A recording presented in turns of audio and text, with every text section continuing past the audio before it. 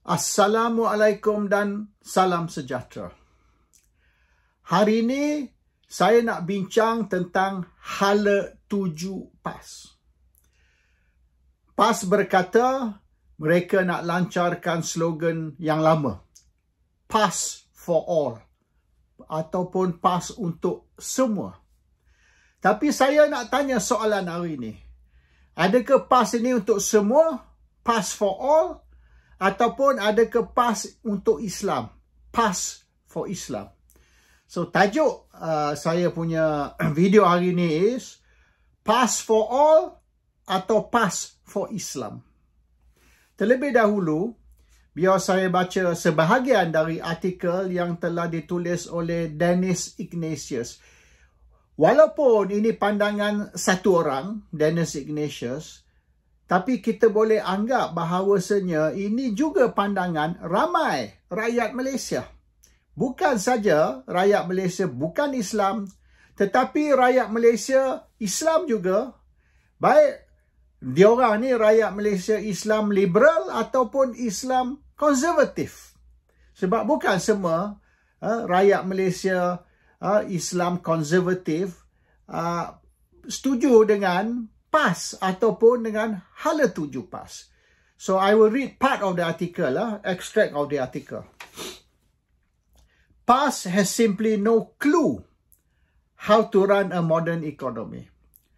Look at their track record in Kelantan, where they have held absolute power for decades. Kelantan remains one of the poorest states in the country, a state that cannot provide economic growth, jobs and even clean drinking water. Betul, bukan semua di Kelantan ni boleh disalahkan PAS. Sebab banyak yang PAS cuba buat tu disabotaj oleh kerajaan pusat dari tahun 90 lagi.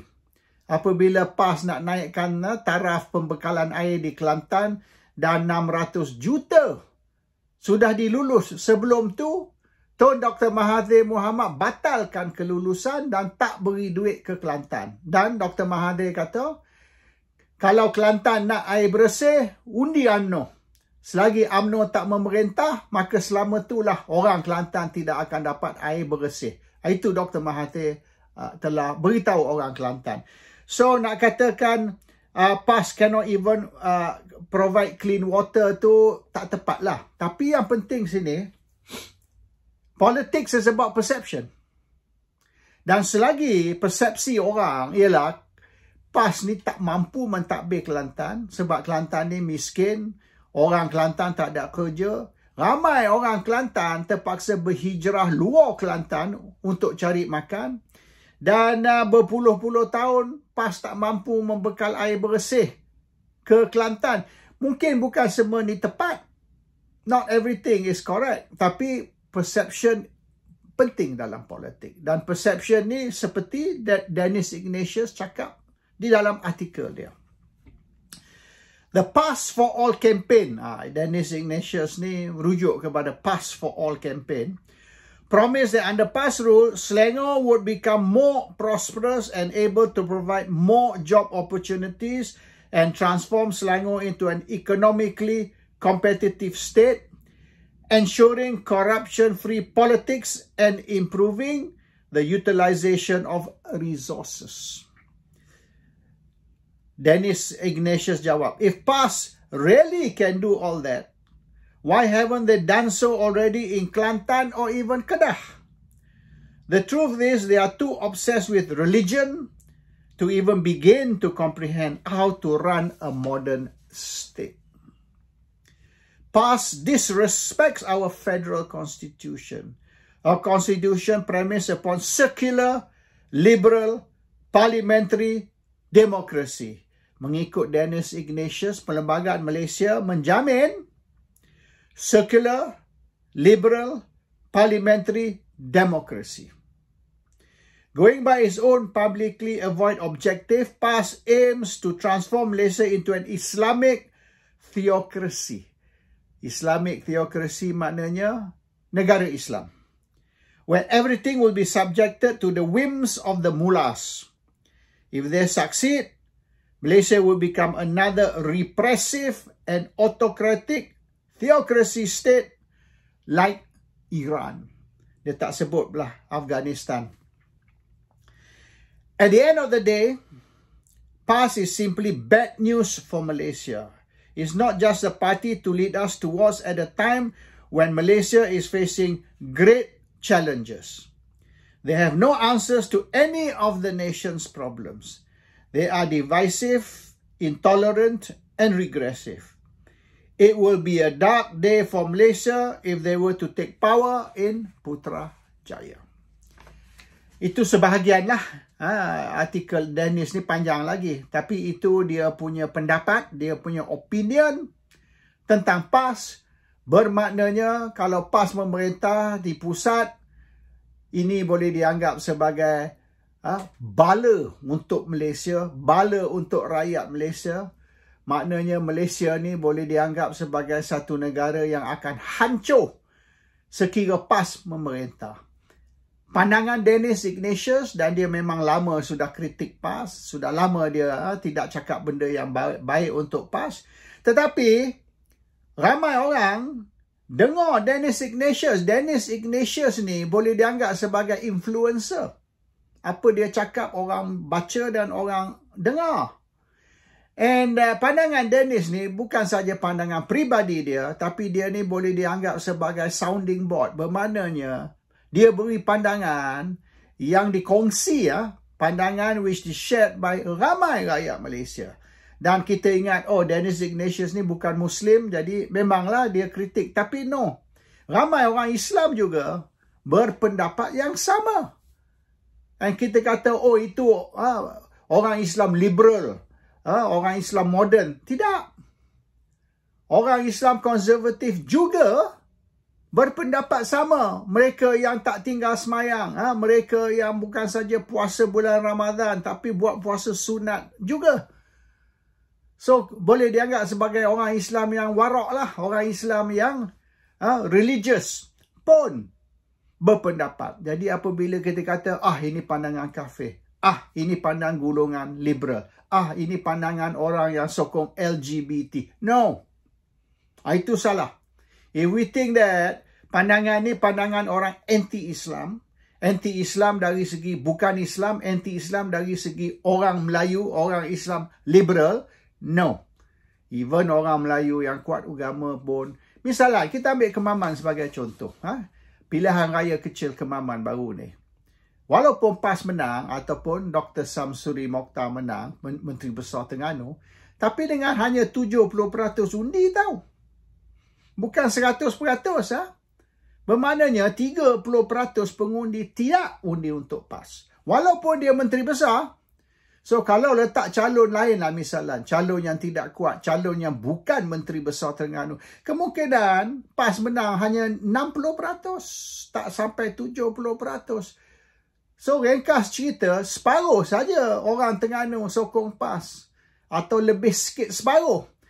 Lagi, hampir lagi separuh tak sokong PAS. Dan nak kata yang tak sokong PAS, 30% orang Melayu, rakyat Kemaman yang tak undi untuk PAS. Maknanya dia orang ni orang fasik ke? Orang munafik ke? Orang yang tak semayang ke? 30% pengundi Kemaman tu kaki minum arak ke? No. Dia orang pun semayang, dia orang pun tak minum arak, tak makan babi, dia orang pergi haji dan macam-macam lagi. Dia orang punya perangai tak beza dengan dari perangai penyokong PAS. Dari segi keislaman mereka.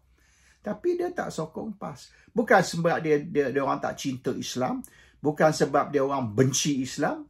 Cuma sebab walaupun dia orang ni Muslim, walaupun dia orang ni boleh dikatakan kuat agama, tapi tidak semesti kerana mereka orang Islam, kerana mereka kuat agama, kerana mereka tak tinggal semayang ke, puasa ke dan sebagainya, automatik mereka sokong PAS. No. Dan pilihan raya Kemaman baru ni, pilihan raya kecil Parlimen Kemaman membuktikan PAS tidak boleh dapat 100% sokongan walaupun di kawasan kuat PAS ataupun di kubu PAS. They still cannot get 100.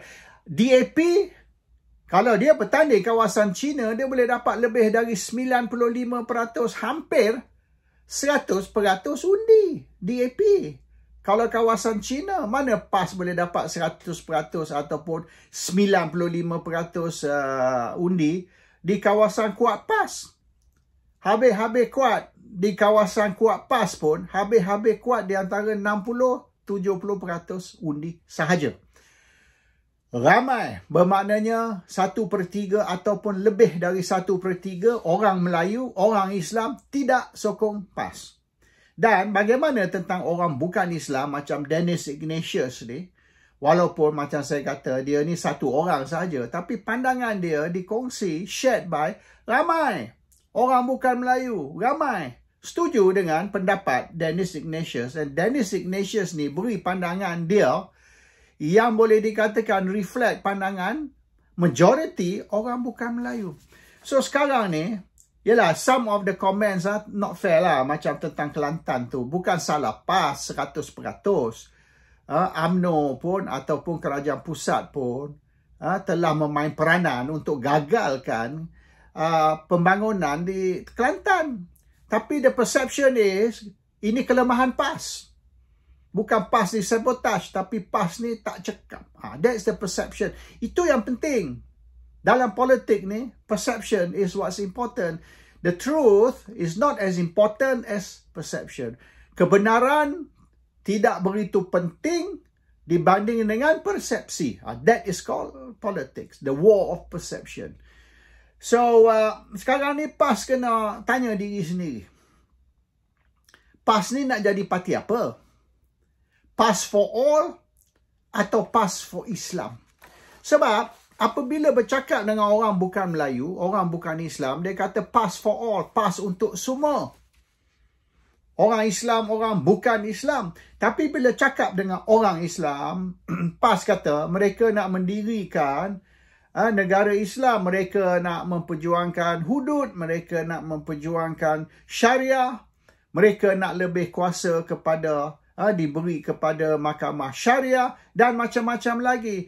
So message kepada orang Islam, PAS ni mengutamakan Islam. Islam first. Yang lain semua kemudian.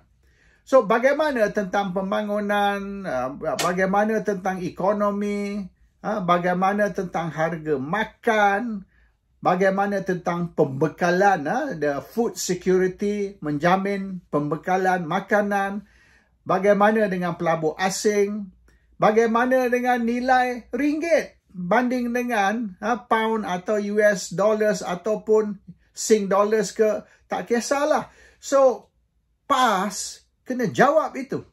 Ini dia kata, oh itu tugas kerajaan. Kerajaan yang kena jawab tu semua. Anwar Ibrahim, Perdana Menteri. Anwar Ibrahim, Menteri Kewangan. So, apa yang tak kena dengan ekonomi ke, pelabur asing ke, nilaian ringgit ke, itu masalah Anwar. Anwar kena jawab. No. Tak boleh ambil sikap macam tu. Walaupun Anwar Perdana Menteri, Menteri Kewangan dan macam-macam lagi, tetapi menjadi tanggungjawab PAS juga, atau in this case, Kerajaan Perikatan Nasional menjawab kelemahan-kelemahan dalam negara. Kalau kita kata Anwar ni tak mampulah, kerajaan Pakatan Harapan Barisan Nasional ni tak pandailah, mereka lemahlah, kerajaan gagal, Perdana Menteri gagal, dan macam-macam lagi kita duk kata tentang Perdana Menteri dan tentang kerajaan. Tapi soalan dia, kalau awak kerajaan, kalau awak Perdana Menteri, kalau awak Menteri Kewangan, awak buat apa? Oh, kita tak mau bagi idea kita. Kalau kita bagi idea kita, dia curi idea kita. They will steal our ideas. Itu ke sikap? Sekarang ni, you berjuang untuk apa? Untuk rakyat. Kalau idea tu bagus untuk rakyat, bagilah idea. Kalau kerajaan curi idea kita pun, lantaklah. Kalau idea kita bagus, kalau kita lebih pandai, kalau kita lebih cekap, dan apa kita cakap kerajaan curi, curilah. Sebab curi idea kita ni untuk kebaikan rakyat. Anyway, kita tak boleh selfish. Oh, saya tidak akan dedah rahsia saya. Saya ada banyak idea lebih baik, tapi saya rahsiakan. Bila saya memerintah besok, baru saya cerita. Itu very immature lah.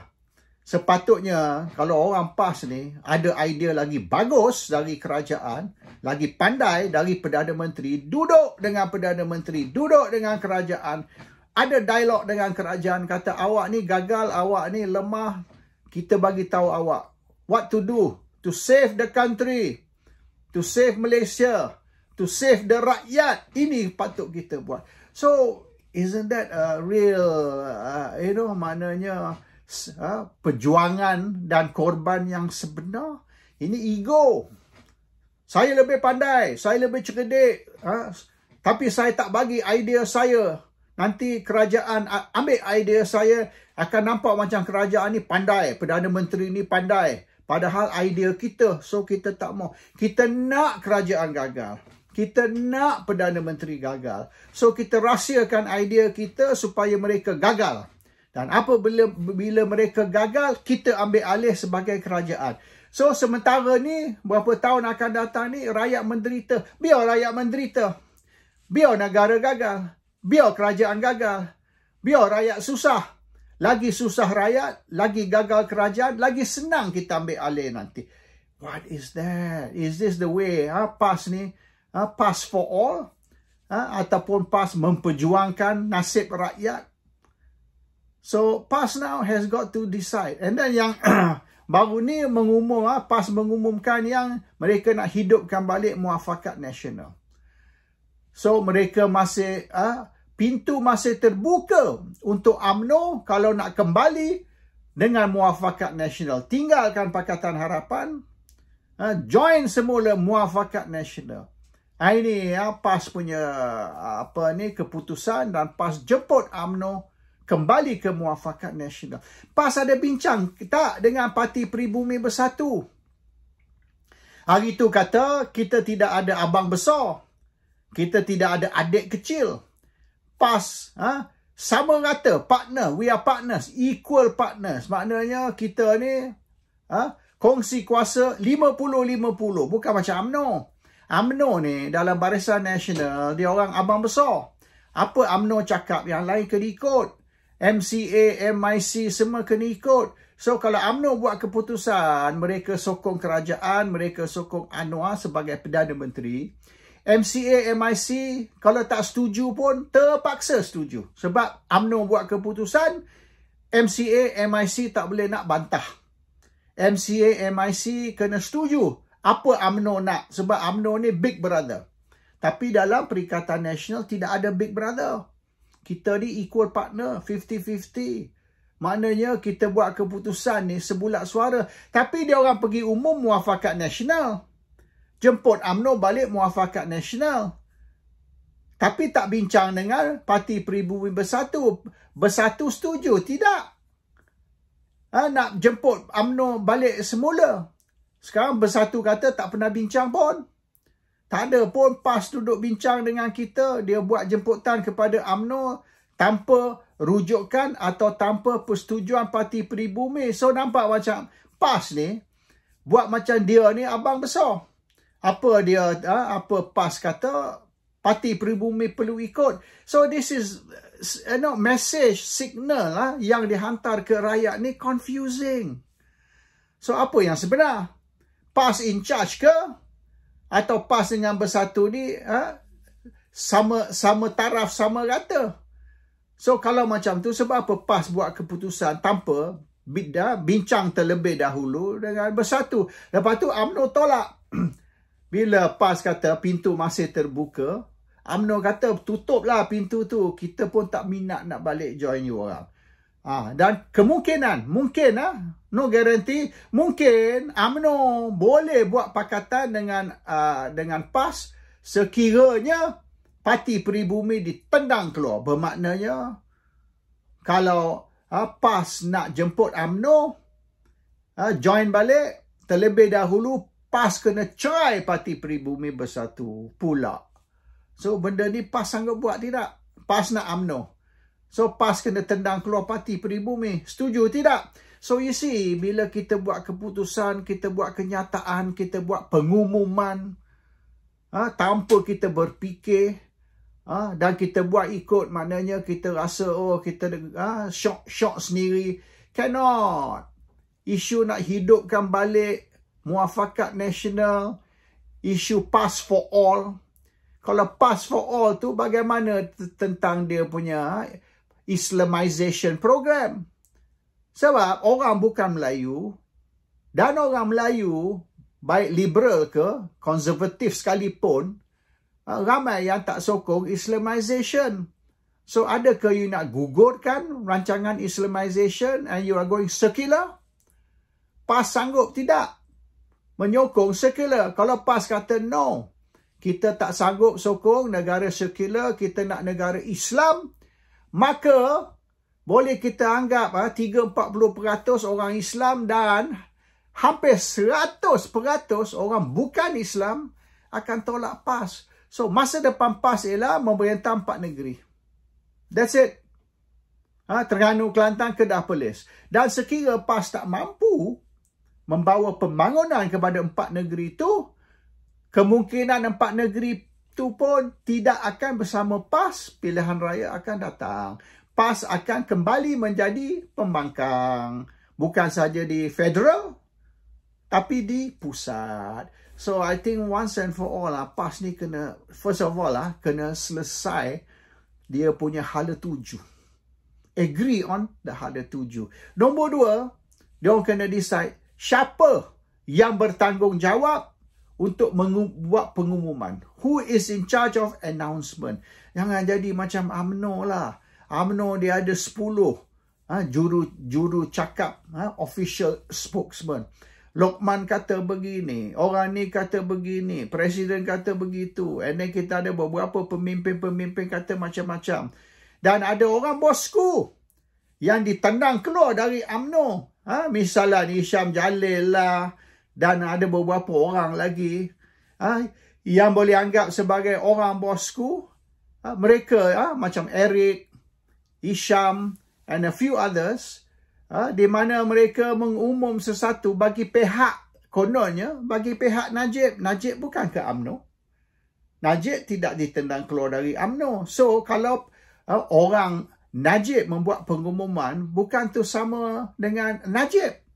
Ke dia orang buat pengumuman tanpa disetujui oleh Najib? No, they announce ni selepas bincang. So, now we got Najib as one side, Zaid Hamidi one side, golongan ni one side. So, UMNO pun kecoh.